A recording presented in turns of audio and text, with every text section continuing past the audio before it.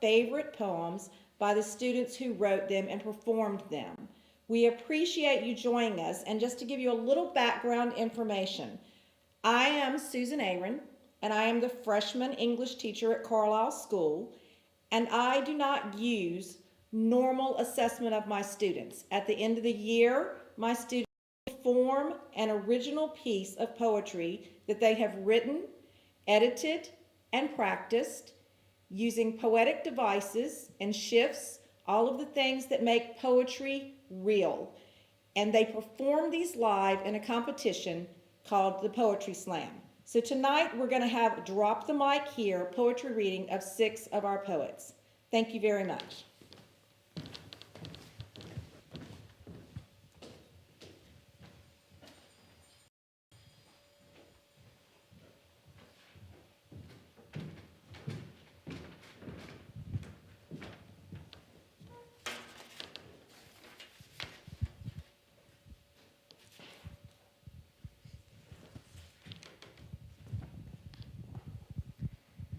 Our first poet tonight is Elizabeth Wright, daughter of Keenan and Molly Wright.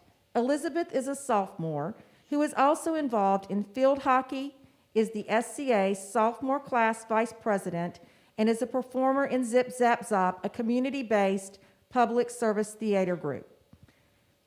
Elizabeth will be performing her original piece, There's Nobody to Trust.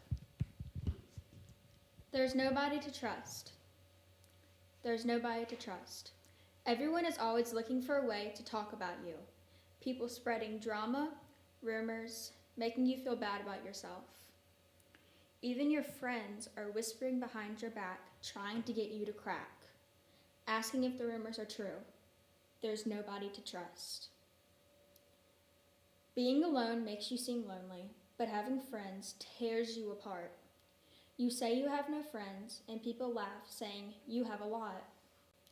You only want one true friend, but there's nobody to trust. You try to get out of the place you've called home, but something is holding you back. You're stuck. So there you stay, getting talked about, but laughing it off even though it hurt. Acting like you can take offensive jokes and keeping your head down so hopefully nobody will see. There's nobody to trust.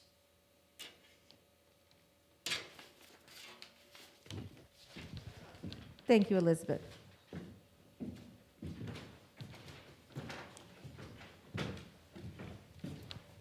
Our second performer is Gabe Richardson, son of Christy and Matthew Richardson. Gabe is a current sophomore at Carlisle School. He is involved in tennis, cross country, and competitive robotics team. Gabe will be performing his poem, Solitary Confinement, a poem he wrote shortly after we went out for COVID last spring. Solitary confinement. Quarantine ended school short, and it's really not fun. So very boring. But at least summer will come. I'm going to make this quick because I don't like this, not at all. I plan on doing a lot, and you'll see, a whole new person this fall. I plan on becoming very sociable and working out too. I want to show everyone something no one knew I could do. I know what I plan, but you don't. It will stay this way for many reasons, one of which is some will care and some won't. So as I slowly finish off this assignment for the end of the year, I want everyone to go out and have fun outside of solitary confinement. Thank you, Gabe.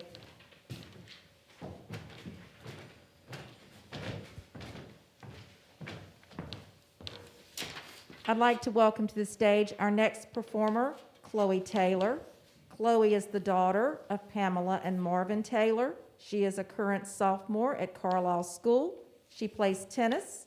She is in the Interact Club, and she is a member of NSBE, the National Engineering Society of Black Women and Youth.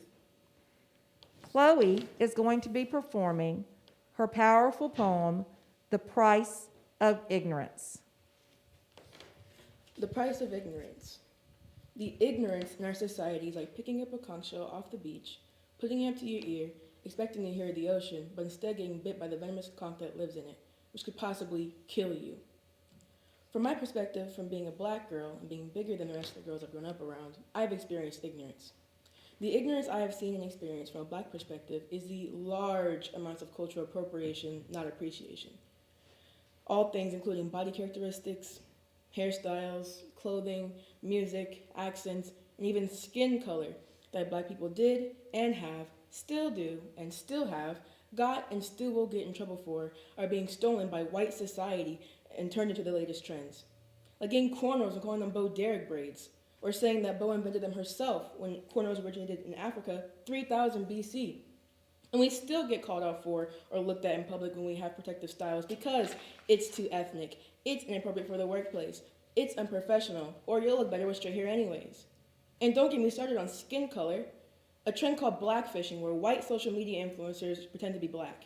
Well, isn't that something? A characteristic that we have historically been punished for having is now something cute and cool to dress up in and take off at the end of the day like a pair of sweaty socks.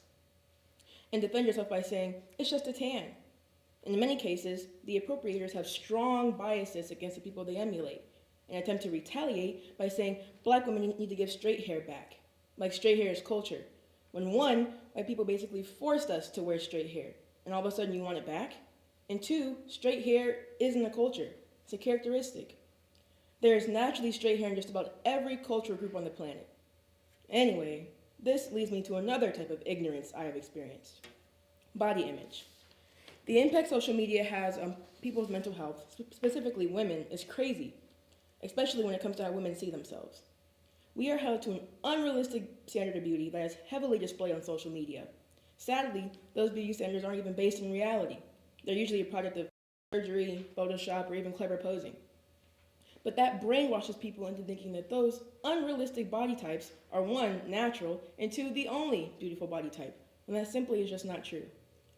Society won't let women hate their bodies or love their bodies. Because if you love your body, then you're conceited. But if you hate your body, then it's one of two things, depending on your body size. One, you're fishing for compliments, if you're what society counts as acceptable. But if you're bigger than that, then it's, you're not fat, you're beautiful, as if it's impossible to be both. Basically, what I'm saying is beauty is relative, and it can't be put into a single category of perfection, because that's unrealistic, unattainable, and unfair. From a size 0 to a size 48, you have to believe that you're beautiful.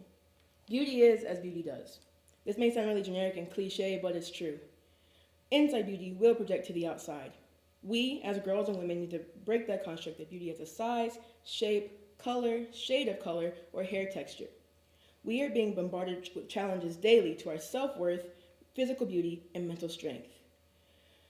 So now you know the price of ignorance. Thank you, Chloe.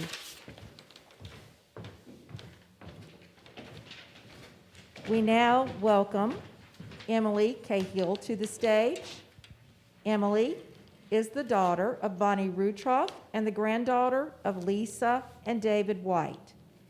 Emily is involved in volleyball, basketball, soccer, and is a member of CHILL.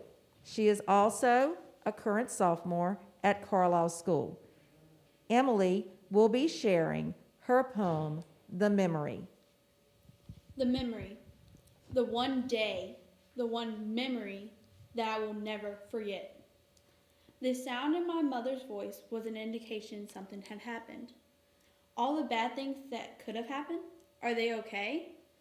The thought became reality in the matter of hours. The aunt I had loved had gone through pain that I could not help. Pain of losing a child. Holding her, she was little, but I could feel her presence there. It was hard for me to not cry in front of her. I knew if we cried, we both cried together. I felt so weak. When they told me the name, I loved it. From that day forward, the word hope means so much more to me. It does not just mean a feeling of expectation and desire for a certain thing to happen. What it means to me is that there will be a time for us to meet. We don't know when, but her presence is felt all around me. I can't go a day without thinking about her. She may have been my cousin, but to me, she is so much more. She is and always will be the little sister I never had. Thank you, Emily. And I would like to mention that Emily's poem won her 4th place in the Poetry Slam. We are welcoming Bridget Belk to the stage. Next, Bridget is the daughter of Chris and Amy Belk. Bridget is a very talented competitive swimmer who dedicates hours each week to her sport. Bridget's poem is appropriately named Gasp. Gasp. I stand on the stern's edge watching the top of the water shimmer like crystals. The boat gently rocks side to side. My arms rise over my head and my hands overlap. I feel the hot sun on my back as my legs push off the edge and dive into the murky lake. My body cuts through the water that gradually becomes cooler. The water is silk against my skin. I feel a sense of freedom as all the demands of the world disappear. My arms reach and push through the water as my legs bend and kick. My body glides gracefully. As I'm enjoying the feeling of freedom, I start to feel my lungs tighten. My heart starts racing as I start to lose focus. I feel a burning sensation in my lungs as I look up at the light in the distance. The hissing of the water starts to get louder and louder, like the pounding in my ears. The sun rays peering into the water seems so close but so far away. I start panicking more and more and can't seem to swim. I try to push myself up to the surface, but the weight of the water seems to drag me downward. My adrenaline kicks in, and I push myself up to the surface. I break through the water and Thank you, Bridget. And I would like to mention that Bridget's poem, Gasp, won her 3rd place in the Poetry Slam. Our final poet tonight is Finley Brightwell. Please welcome her to the stage. Finley Brightwell is the daughter of Melinda and Stephen Brightwell. She is a current sophomore at Carlisle School. She is the president of the sophomore class in the SCA. She plays field hockey and soccer. She is a member of the Chill Board, and she is also a member of Zip Zap Zop, the community service club at Carlisle School that is theater. Finley's poem is titled, She Is.